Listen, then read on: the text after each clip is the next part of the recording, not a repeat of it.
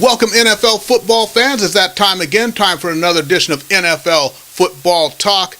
This is an Inside Sports production. I'm your host, Charles E. Smith Jr., and we're all the way up to Week 11 of this fantastic NFL season. So let's go ahead and break everything down.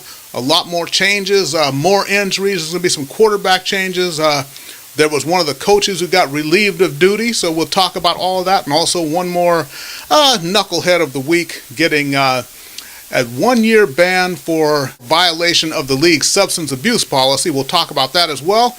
But you know, I can't break everything down by myself. So here he is. Many of you follow him on Twitter at Chris L Sports. And if not, you really should be. From an undisclosed location somewhere in Southern California. Here he is. None other than Chris Lardieri. Chris, what's happening out there, man? Charles, thanks again. Great to be back. Another interesting week in the NFL, capped off by tooting my own horn department right here, but a barn burner between the Patriots and the Giants. And even though I don't gamble, as I made clear last week, I said the Giants would cover and lose a close game, and I hate being right, but it was a great game, and the ratings were through the roof, I saw as well. Yeah, you know, and it's just to expand on that game a little bit, can you just imagine how good the Giants would be if they could just master this whole mystery of clock management? It's one of life's modern mysteries, Charles, splitting the atom, global warming, and the Giants' 2-minute offense. And, you know, you and I talked about this and prepping for this week's show, and so here's my theory. Eli Manning, we know, is very good at running the offense. He's essentially won 2 Super Bowls by driving the ball downfield with the game on the line. And for him to suddenly not know what to do, not want to normally blame a coach, but I'm wondering if maybe it's a Kevin Gilbride transition to Ben McAdoo. The play calling's questionable. I don't know if maybe Eli doesn't know whether he's coming or going in these drills. I don't know if maybe Coughlin stopped practicing these drills. I really don't know, but I'm not a defender, a myopic Eli Manning supporter. I'll criticize him when necessary, and I do not think it's a guy goes to be able to run this offense like clockwork to not knowing what to do. And I look at it, he does seem to be coming along because they're so close in a lot of these games. And even this game, they had a 10-point lead in the second half. But, one other thing, I think it's just about Eli getting comfortable. If he does, though, I think that they are potentially a dangerous team, even though your boy Victor Cruz, whom you had been running out of patience on, now he's has calf surgery, he's done for the year. Maybe that'll settle the offense down a little because they don't have to worry about if he's going to come back or if he's not. They know he's gone. And they brought Hakeem Nicks back into the fold, and he was one of the main players there in Super Bowl 46. So, you know, getting back to some familiar ground there for Eli. Yeah, I mean, Nicks may not have a lot left in the tank, but he knows the offense, and most importantly, he's willing to play. Now, I know Victor Cruz is hurt, but there's a lot of people, not just me, but rumblings coming out of New York, Victor Cruz releasing this online, I forget the publication or website or whatever it was, that he was out for the year, making himself very available to promote his Showtime show, but not really being in a hurry to get out on the field and really stringing this along when he probably could have had surgery weeks ago. And, you know, not a lot of happy Giants fans. And given his cap number, we may see the end of Victor Cruz in the Meadowlands. And on the flip side, you know, for all his faults and for being so stupid as to blow off a firework in his hand, got to be impressed with the quick turnaround JPP's made. I mean, it'll take him some time, but he did rush the passer. He got in Brady's face on a number of occasions, and you got to admire the guy for at least working hard and not mailing it in. So a tale of two players. Yeah, there you go. And that had been one of JPP's things, though, to me in the past was, you know, he was dynamic at times, but maybe not as consistent as he could be. And maybe this whole fireworks thing is now he knows he's going to have to absolutely prove himself every single week. So I think ultimately the Giants may benefit from all that. Yeah, definitely, and maybe it's exactly what he needed, you know, in a sick way. But yeah, it's good to see him. Good to see him back. But yeah, it's gonna be interesting with Victor Cruz. There's a very good chance that cap number the Giants cut him, and you know, Ruben Randall's hit or miss. So it could be a good occasion for Knicks to step up and help out the Giants in this stretch in the atrocious NFC East. Yep, we shall see. And then, JPP is a defensive lineman, as is Aldon Smith, who went from the Niners, cut by the Niners, picked up by the Raiders, and now violated the league's substance abuse policy. So now he's done without pay for at least a whole year, and may or may not get reinstated when he applies for reinstatement. So Aldon Smith, knucklehead of the week. Yeah, absolutely. He's taking the torch from the standard bearer, Mr. Greg Hardy, and congratulations, Alden. It's caught up to you again. But look on the bright side. You do get reinstated, and the Raiders bail on you. Jerry Jones is always willing to give you a chance, I'm sure. Yep, there you go. And also, one thing we talked about, in previous weeks, that's Rob Ryan's defense in New Orleans. And here you have the Saints, who, for I think it's the fourth straight game, gave up 4 touchdown passes. Now Ryan is gone. The Saints, they're in turmoil. They've won those 3 straight games, and now they've dropped 2 in a row and just got, they lost to Tennessee 2 weeks ago and then just get annihilated by the Redskins. And now Ryan is gone. Now they're talking about, is Peyton going to be gone at the end of the year? Not Peyton Manning. We'll get to that in a minute. But, New Orleans just all of a sudden in disarray. Yeah, and that defense was an issue to begin with. I'm not surprised that he got fired. Every year I'm continually surprised that this guy gets jobs and is still a D coordinator. I don't get it, because there are a lot of other coaches in this league. Going back a ways with the Giants, you look at Jim Fossil, for instance. Guy couldn't even get another offensive coordinator job. Brian Billick, guy won a Super Bowl, and I know he wanted to go the announcing route, but threw his name out there one off season, no bite. So how does this guy do it? Is it his wonderful long gray hair? I don't know. Personally, I think he looks like a mess on the sidelines, but what do I know? Well, it's that Ryan, their own brand of charisma that may be carrying them through. But, the Seattle Seahawks, too. How about this week? And, you had been on the Seahawks for a little while now, whereas, I'm kind of seeing their ability to climb out of all these deep holes they get in. And they almost did it this last week, but that was kind of a microcosm of their season. They go down 19-0 against the Arizona Cardinals, come back to take the lead, and then what happens? Late fourth quarter, give up, what was that, a 48-yard touchdown run? To basically lose the game themselves at home with the 12th man there. So is this it, do you think, for Seattle? I don't know. I need your help here, man. Sure, I'll help you. I've been very bearish, is the Wall Street term, on the Seattle Seahawks, and I've been hammering the offensive side of the ball, but apparently I missed the defensive side of the ball, because they can't stop anyone. No. I thought Arizona would go in there and win a tight slugfest, but I didn't think they'd light up that defense like that. Secondary's in disarray. Right. They can't stop the run, and basically their home field advantage is evaporated. Now, that's the bad news. Mm-hmm. The good news is, if you look at the NFC playoff picture, the wild card race is so open, it could be so mediocre that I wouldn't be surprised if we see, say the Giants or Eagles hosting a playoff game against the Seattle Seahawks. They could conceivably get in. Now, if they keep playing like this and don't even get to 500 or 9-7, forget it. But that's the crazy thing about the NFC this year. It's not a lot of depth in terms of talent, and that said, the Cardinals put a beat down on them, and I think we're seeing they're a legit contender out of the NFC. And, of course, there's the big matchup they're going to have with Cincinnati this week. With Cincinnati, we can talk about them a little bit. Cincinnati kind of laying an egg on national television against Houston. And then J.J. Watt kind of ruffling Andy Dalton's feathers when he said they wanted to turn the Red Rifle into the Red Ryder BB Gun. And that's exactly what they did. And for all of you who might not be in the know, Daisy is a company that makes BB guns and has for years. Since 1940, they've been making the Red Ryder BB gun. If you had a BB gun as a kid, it was probably that one. It looks like a Winchester rifle, but if you want one, though, it's available, I think, at Walmart for under $50. Still a heck of a buy in these tough economic times we face. It is, but Charles, I have to warn you, as the line goes, from one of my favorite Christmas movies of all time, don't shoot your eye out. So stay away from Andy Dalton this weekend. Yeah, and I think that was the Red Ryder BB gun in that movie, by the way.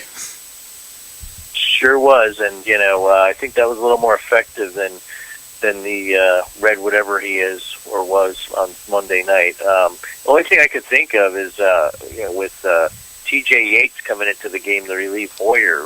Does he have the Bengals number? That's the only thing I could think of there. But yeah, the Bengals threw a dud, and the doubters sure came out of the woodwork fairly quickly. Yeah, that's true. And now they got to face Arizona in Arizona with their psyche maybe a little bit fragile. But I didn't like the way that Dalton handled that in the press conference when they told him about it. And he basically said that J.J. Watt didn't have a whole lot of class for saying things like that. Then he comes out a couple of days later and retracts it, saying he didn't know exactly what J.J. Watt had said, so he reacted the wrong way. I think Dalton he was just butthurt on Monday night, and he couldn't take it. Because Watt and his personality, Dalton should have just gone with it and say, every dog has his day, and that's that. Yeah, absolutely. I mean, or he could have even poked fun at J.J. Watt's ubiquitous Verizon commercials. I don't know. But, yeah, I mean, I'll give Dalton this much. At least he didn't go up there and say his quotes were taken out of context. He owned up to it. Yeah, that's true. And then, we talk about injuries every week, which is, gets a little bit depressing. But, again, Sam Bradford is going to be out. He's got concussion and a shoulder problem. They suffered in that loss to Miami this past week, so the Eagles are going to have a new quarterback going, and also Nick Foles because, basically he stinks, I think is the word. So Case Keenum is going to be starting for the Rams, and then Peyton Manning. Okay, and this was typical Peyton Manning this year. First he throws an interception, then he fumbles the ball, and fortunately his team recovered it. Then he completes a 4-yard pass to break the all-time passing record of Brett Favre. And then, of course, he goes on to throw in the game 5 of 20 for 35 yards and 4 interceptions. And now he's done for at least the next few weeks. So we're going to see Brock Osweiler there playing for the Broncos. Yeah, it could be a hint of things to come in the future with the way Peyton's playing. In his defense, I've had plantar fasciitis, and it really hurts. It just kills to walk. So he's got my sympathy there. But that said, if he was playing hurt like that, I mean, I give him some credit, but get better because clearly it's affecting his play. But the other problem with the Broncos is their defense just hasn't shown up the last few weeks. And where'd the running game go? I mean, I don't care who the quarterback is. You can't establish the run. Teams are going to key on that. And, I mean, I'm not sure what to make of it, but the fact that Peyton Manning sure got old in a hurry, and that's why I've been kind of a doubter on the Broncos. Mm-hmm. And look at the Kansas City Chiefs maybe back in the swing of things in the AFC West, the rate things are going. So very interesting. A team, I talk about injuries, Jamal Charles done for the year has not stopped the Chiefs. Right, and the Chiefs sitting at 4-5 now and going into a very winnable game this week against San Diego. Now, one thing about that Denver team, do you think maybe with the defense, looking at really all the energy they expended, do you think maybe over what they did over the course of those first 6 or 7 games, they just started to wear down a little bit? Because they've basically been winning the games themselves the whole year. Is that a possibility? Could be, and you got some older guys on that defensive side of the ball, so that's a good theory. I'm not sure if it's that or the fact that they're given Peyton's ineffectiveness. They're just on the field too long. I'd have to go look at the time of possession splits, but that could very well be. Yep, and then the New England Patriots, they win the game against the Giants this week, but suffer another big loss. 2 weeks ago, they lost their running back, Dion Lewis. This week, Julian Edelman, broken bone in his foot. He's going to be out 6 to 8 weeks, so hopefully they have him back for the playoffs. But, the war of attrition continues out there in the NFL. Yeah, it definitely does. On the flip side, I think Ben Roethlisberger is a remarkable story. This guy gets hurt. Whenever they say he's out X amount of weeks, he seems to get back a week or two before that. And then it was a game-time decision to make him the backup quarterback in case Landry Jones gets hurt, and he goes out the first series of the game, and you wouldn't even know Roethlisberger was hurt. Although I know it does help to play Cleveland, it does help to have Antonio Brown on your side, but props to Roethlisberger playing with a bad foot. Yeah, he is great. And, we're going to go ahead and start picking the games of the week, but of course, a little bit of time for the ever-eloquent Mr. Lardieri. Chris, you got anything for the fans out there? I sure do. I'm always full of things, Charles. I'm a loquacious one. But a couple of quick hits here. We hit on the Seahawks, which I'm glad you picked up on. But I'm looking at the matchups this week, and really kind of some duds, especially in the early games. I'm a dedicated, lifelong NFL fan, but the holidays are coming around, and depending on where you live, maybe the weather's nice. Maybe you go out there for those early games and you hang the Christmas lights quickly, a la Clark Griswold, and get it over with. So you don't have to do next weekend where there's some better games. Make sure you're done for that late window so you can watch Packers, Vikings, and then even if you're not into that, just make sure you're in around dinner time to watch or in the evening, depending on where you live. See a game that I believe you're going to witness, the Bengals and the Cardinals, another good Sunday night game. NBC flexed their proverbial muscle, pun intended, and got that game on the schedule. Yep, that should be good. The battle of ginger quarterbacks out there in the desert. Andy Dalton and Carson Palmer. That's going to be a lot of fun. So let's go ahead and get into the picks here. So last week, it was kind of rough for me. I'm glad I got one game wrong, which I picked Philadelphia to beat Miami, but I'll always take a Dolphins win, even if it hurts me in the season-long pick standing. So I went 2-3. I'm 26-24 on the season. My counterpart, Mr. Lardieri, a stout 4-1. You're 30-20 on the year, and clearly, so far, at least for the first half, we'll see how you do in the second half of the season. But you're kind of whooping my butt a little bit, man.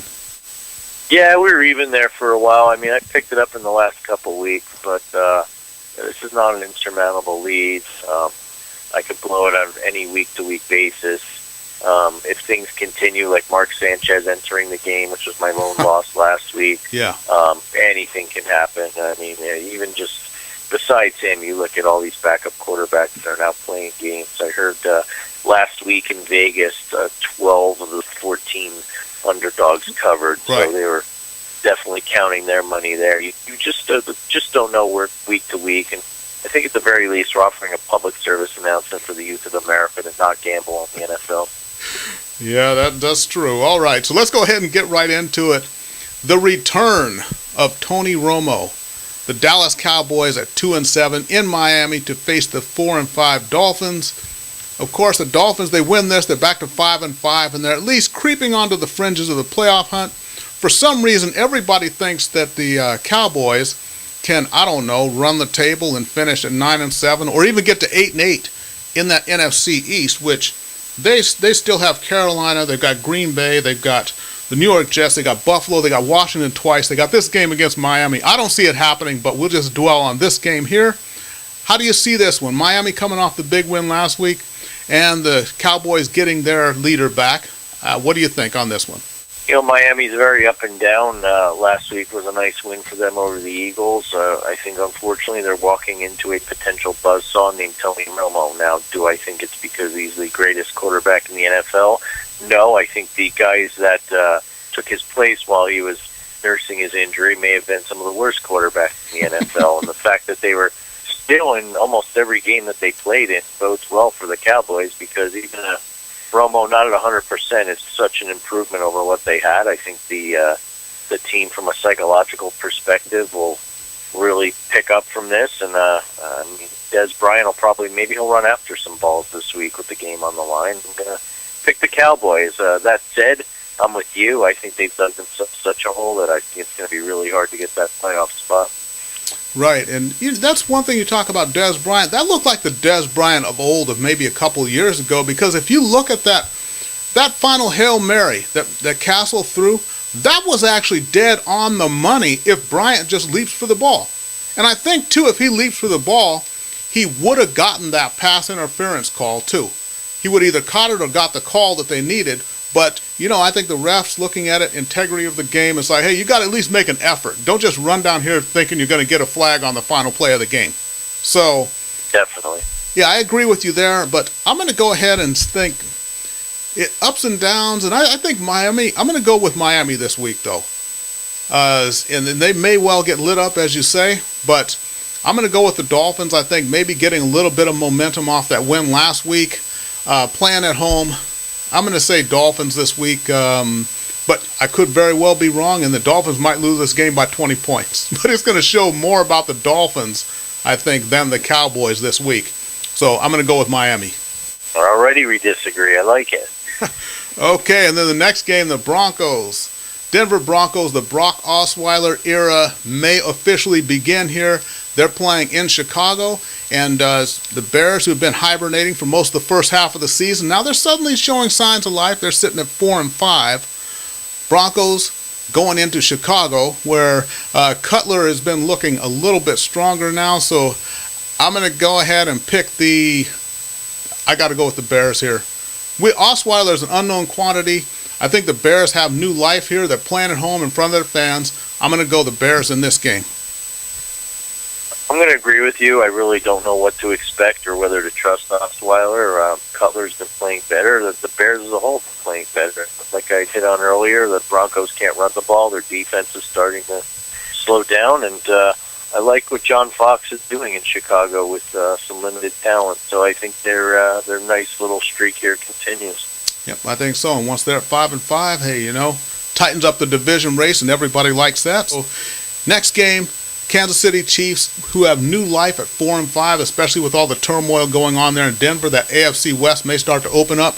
They are in San Diego. San Diego at 2-7, but nobody's talking about them possibly running the table and getting in the playoffs.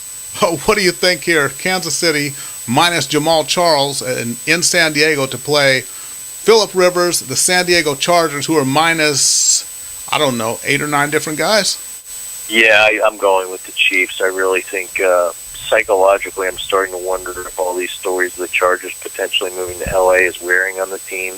Yeah. That combined with the fact that they're the walking wounded, and I just like the way the Chiefs are playing. I mean, you got to give them a lot of credit, and for all his faults, Andy Reid has kept this team together, and now that they see a hope of a playoff berth in front of them down the stretch, I think they put it together, and they traditionally play the Chargers well, and they win this week in the Q. Yep, I think so too. So I'm going to go ahead and, I got the Chiefs here. The Chargers haven't shown me any reason why we should think that they're going to do anything other than what they have done. And even if Phillip Rivers does throw for, 400 or 500 yards, whatever, what's that going to amount to? 17, 18 points? You got to go Chiefs here. Definitely. All that amounts to, Charles, is that Phillip Rivers will have his picture on the ad for buying Pro Bowl tickets, because apparently the NFL is a Pro Bowl quarterback. Okay, so now here we go with a possible changing of the guard, at least in the NFC North Division, and that is the Green Bay Packers. Now, they've lost 3 in a row, lost that game to the Lions this past week, which was really a shocker, especially since the Lions tried their best to give that game back to the Packers at the end there. They're going to be in Minnesota to face the 7-2 Vikings. The Vikings right now hitting on all 8 cylinders, and really the Vikings, I think they're growing with confidence every single week. But do you think an Aaron Rodgers-led Packers team is actually going to lose 4 in a row? The answer to me is yes, they are. I think Minnesota, and this is where they introduce themselves to the whole nation here, because this is the game everybody's going to be watching. When they beat the Packers this week, everybody's going to know the Vikings are for real. I'm going Vikes in this one. What do you think, Chris? I completely agree. I think that we're seeing signs of the Packers imploding on both sides of the ball. A few weeks ago, there was a little skirmish on the sidelines with some of the defensive players, and Rodgers clearly looks frustrated this past week. Inexcusable to lose to the Lions, especially when you look at Caldwell, team love giving games back, and really even let them set up for a field goal like that they couldn't even execute to potentially win the game. Not very Packer-like. I think what the difference will be here is that the Adrian Peterson, the guy will sit around, will have some runs, and he will just break one off and change the game. And I don't think the Packers have faced a running back like him in a few weeks. I think that spells danger to them. So I'm going with the Purple People Eaters. There you go. All right. And I think one of the things we're going to see, too, is something we have not seen. We're going to see more turmoil this next week. If the Packers lose this game, this next week we'll see more turmoil during the Mike McCarthy, Aaron Rodgers era than we have ever seen before. Because, 4 straight losses, completely unacceptable, and the rumblings are going to start about something. I don't know what it's going to be. It's going to be about something, though. He's going to have to give another relaxed speech on Sports Talk Radio in the greater Milwaukee area, right? Yeah, I don't think he can even pull that one off at this point. So then the big Sunday night game, The battle of the Ginger QBs. We got the Bengals coming off that loss to the Houston Texans. They're going to be in Arizona. Now, technically, I shouldn't even pick this game since I'm going to be attending. So isn't that what, when you're doing the game, you don't pick the game? Is that the way it goes? You're a spectator. You're not getting a press pass. Oh, yeah, that's right. Okay, so I can pick this game, but we're going to go ahead and let you pick this one first here. We know all the credentials on the Bengals side. Won the first 8 games, then just stunk it up against Houston. I mean, you losing 10-6. How does that Bengals offense only put up 6 points all of a sudden? That's a little frustrating. So then they're going into Arizona, and I think Arizona's going to be brimming over with confidence this week, but I could be wrong about that. Am I wrong, Mr. Lardieri? No, you're not wrong. Okay. The Cardinals are playing well when games are close or even they blow leads. They don't panic. They find ways to win. They don't abandon their game plan. They don't bicker or have any sorts of issues on the sidelines. And I give a lot of that credit to 2 people. Bruce Arians, who I've always thought is an excellent coach, and he's proving me right yet again. And Carson Palmer, a guy they thought career could potentially be over after a serious knee injury last year, playing like a veteran who wants to get to a Super Bowl and making the plays when he needs them. And their backup quarterback, Drew Stanton's a very excited guy. You see him running down the sidelines, jumping for joy. Clearly, you could just see. I know it's funny, but this is a team that really is excited and believes. And given the fine offensive performance by Dalton and company this past week, I really don't see them going in there facing another tough D with the Honey Badger and Peterson in the secondary. I think Dalton could have another rough week. So going Cardinals. Yeah, as am I, and really for all those reasons. What I'm just looking for is the Bengals. I want to see if they're going to compete the whole game, because this looked like, do I dare say, playoff Andy Dalton this past Monday night. So we'll see when the pressure's on if they can turn things around. Maybe that was just a hiccup and they were looking past the Houston Texans, looking forward to this game, but we'll see. But in any case, I'm going Cardinals here because Cardinals are tough. They're strong. This is the second straight week they've been featured on Sunday Night Football. And again, much like the Vikings are getting introduced to the nation earlier, this is the Cardinals coming out party at night. And I like the Arizona Cardinals here. Excellent. And when you go, send my regards to the Cracker Barrel right down the street from the stadium. I love that stadium. Great area. A lot of nice restaurants nearby. So safe travels, and send my regards to the Cardinals fans. A very nice bunch indeed. Most definitely. I'll bring you back a little bottle of that Cracker Barrel pancake syrup, okay? Oh, no, don't tell my kids. They'll jump for joy. Okay, everybody. So that's about it. We got the games picked here. So the only game we differ on, the Cowboys and Miami. Chris goes with the Cowboys. I say the Dolphins. We both pick Chicago to beat the Broncos. We pick the Chiefs to beat San Diego. We pick Minnesota to beat the Packers. And we both think Arizona is going to get it done in the desert in front of their home fans against the Cincinnati Bengals. So, Chris, before we sign off here, any final words for everybody?